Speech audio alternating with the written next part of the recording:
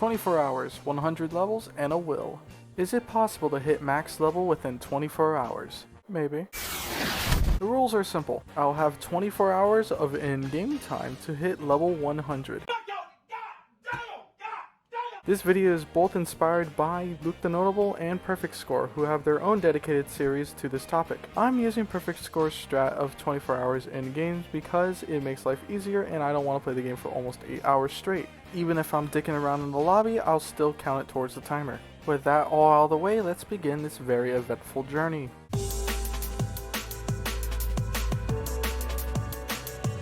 And so here we are with level 1 and a goal in mind. The first thing to do was to buy the battle pass, but then I realized I needed V-Bucks. I completely forgot my sister's account had parental controls, so I already started off this greatly. After gifting it to myself, I realized I can't back down now because I already wasted money on it. I didn't really have much of a plan other than to do every quest in the game. Shadow Week was also live during this time, but it didn't really give much XP, so I didn't really focus on it. Vibin Quest are the story narrative challenges that will allow you to learn more of the story, even though it's in shambles right now. The normal challenges in general don't really give much XP, but the bonus goals give a good amount. The daily quest. No. The weekly quests are the ones you would probably want to grind the most. At the time of doing it, there were 14 weeks of challenges, now currently being 15. That would accumulate a lot of XP, obviously. Milestones also exist, but they don't really do much for you. And plus, Player Way also existed, but it didn't really give much, so I didn't really attempt it. With all that out of the way, now we can finally begin. I decided to go into a creative game of the Pit Free-For-All because I knew it gave a lot of XP. Oh, so weird. Straight up bum. I decided to go into a creative game of Red vs Blue because I knew it gave a lot of XP. And so it did. To get the most efficient XP possible, I decided to wild dog the entire lobby.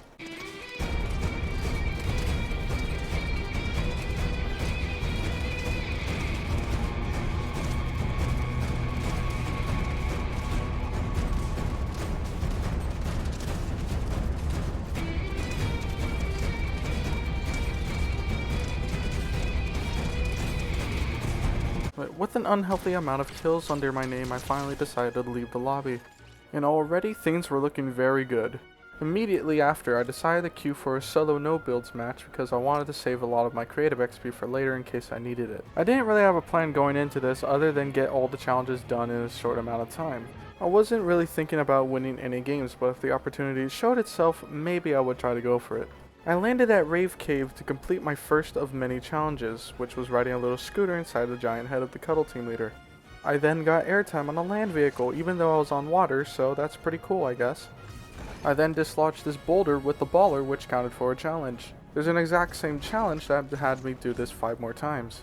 While trying to do the geyser challenge, I got attacked by some bozo, so I lit his ass up, which counted for an airborne challenge, which works I guess. I then completed the challenge that required me to use a geyser, zipline, and a baller in a single match, which is very specific for some reason. I then landed 3 times in a single match, which I didn't even know was a challenge. As you can see, almost anything you do at the end of the season is practically a challenge, so it makes it a lot easier. After what felt like a full century, I finally managed to take out 6 different boulders. I then destroyed a couple of structures to get another challenge done with a baller. I made my way to a blimp wreckage and through a junk rift because that's a challenge for some reason. While at Neo Butter Barn, I viciously murdered a man while getting a challenge done.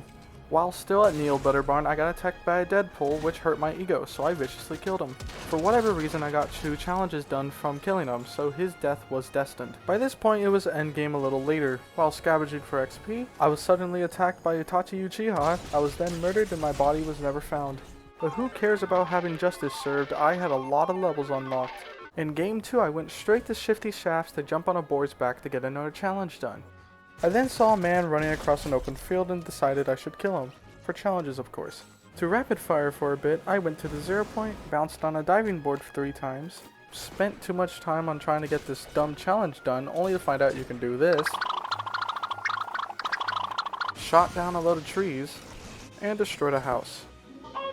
Everything was going fine and dandy for the rest of the game until my urge of bloodlust awakened and I had to initiate myself into a game war. Unfortunately, this would be the cause of my death this time around. But in theory, I was the true winner because I got levels. By this point, we're only 45 minutes in, so I was really confident everything would work out. Midway through the game, I was lost in the storm due to another challenge, so at this point I decided to dual character and do the Port-a-Fort challenge at the same time. Using my Nimbus, I tried to escape the storm, only failing inches away. On technicality, I did win the game though, so anyways. In Game 4, I went straight down the Tilted Towers because obviously nothing ever goes wrong in Tilted. Oh no, it all went wrong! In Game 5, I was in a whiplash destroying structures and getting gas at 3 different stations. I threw down a reality seed at a farm for another challenge, and killed somebody with the first shot of the prime shotgun. I was chasing down an innocent bystander until they went straight into a porta potty, which was really crazy to me because I've never seen anyone do this tactic. Of course they died. And another crazy thing is that she had a Darth Vader mythic on her, so I felt like I had a bad omen placed on me. First sign of the omen was this anime woman sneaking up on me, but I killed her. I then got jumped at Condo Canyon, which led to my death, confirming the curse placed on me. Only 3 levels this time though, but levels are levels and I'm happy with it. I went back to Rave Cave in Game 6 to get some baller challenges done, which was mainly just travel distance. I also gave a lot of gold to Cuddle Team Leader for an exotic weapon. I decided to bounce around on crash pads but then realized it was all for a challenge, so that's really epic. This person hurt my ego, so I shot him in the face and was rewarded XP. While gaining shield from the sprinkler, I decided to emote because that was an oddly specific challenge. I used the grapple glove to go on a zipline because it was a challenge and I thought it was really cool. I caught a slurpfish only to throw it back into the water because I love the wildlife and totally didn't do it only for the XP. I made it in the top 3 only to have Indiana Jones sneak up on me and kill me. I'm good. Bro, you okay? I'm good, bro. You geeking, bro. In Game 7, I went down to a blimp wreckage to get an ammo box. This game was a day later, so Fire Week has officially begun, but just like Shadow Week, I don't plan on doing them that much. This is when I realized I was in a duos match with no partner. I used this to my advantage though, since I can finally get a kill with the Junk Rift. Since this Beerus literally let me hit him with the boar, at this point I realized I was in a bot lobby, so I kinda used this to my advantage. I would finally finish the Tilted Chest challenge, get DMR damage without ADSing, damage while on a boar, and damage with the Ripsaw launcher. Also Kamiya Mama this guy out of existence. I would then finally claim my very first victory royale of the video, so it was very obvious it was a bot lobby. What's he getting? That tastes like promotion! In Game 8, I traveled to the 0 point again. Did damage with the 0 point fish, did a 360 off a boar that totally didn't take a long time, threw a reality seed a very far distance, which was another challenge that I really thought was dumb. I then boogie bombed a soccer skin and proceeded to kill him. Yes, I'm still in a duos match. If it's not broken, don't fix it. I then died in the storm. Death is temporary, leveling is forever. I was getting really bored of Battle Royale, so I decided to go into a death run. And oh boy, the XP was really good.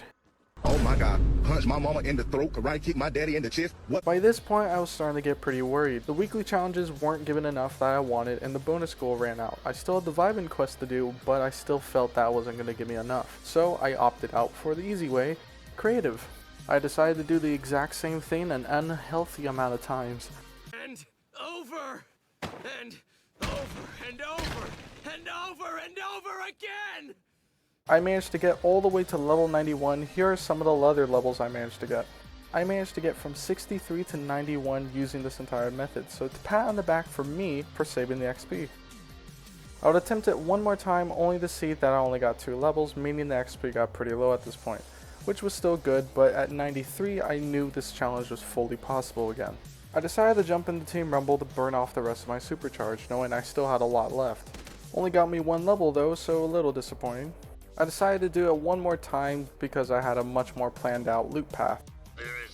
Only being 5 levels away, I finally decided to go vent my frustrations to the scientist. He gave me a job and a purpose while paying me an XP. First task at hand was to clean up Rave Cave, destroying objects at an IO outpost while painting over them, taking a reality seed across the map, and planting the reality seed. This all somehow relates to this later on. It would all end in a flaming death. In Game 10, I continued to help the scientists since I still wanted more money. I then kidnapped bush rangers so I could bring them to the big scary tree.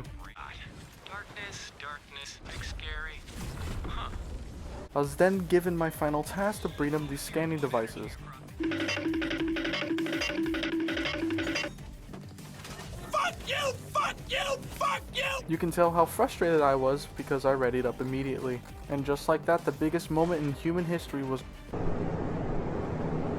about to happen. I'm beginning to think that maybe freeing the 0 point was a mistake. I thought I had all this math right, but clearly I missed something. Ultimately, if something goes really, really wrong, it's my fault. Damn right it is. After 8 hours, 8 minutes and 42 seconds, the deed is done. Level 100 can be achieved with 24 hours of time. It's possible. Anything's possible!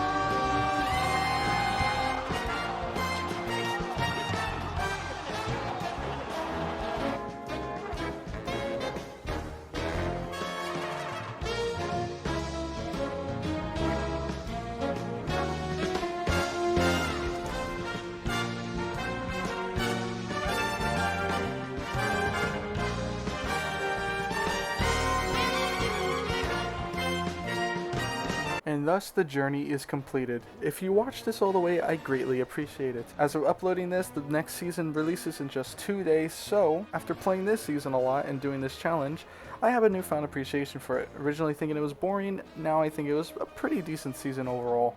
Could I have optimized my XP a lot better and probably not rely on creative that much? Of course, because there's always room for improvement coming next season, assuming I do this again, because I really enjoyed it this time around, even though 8 hours is a very long time. With that being said, thank you for watching once more.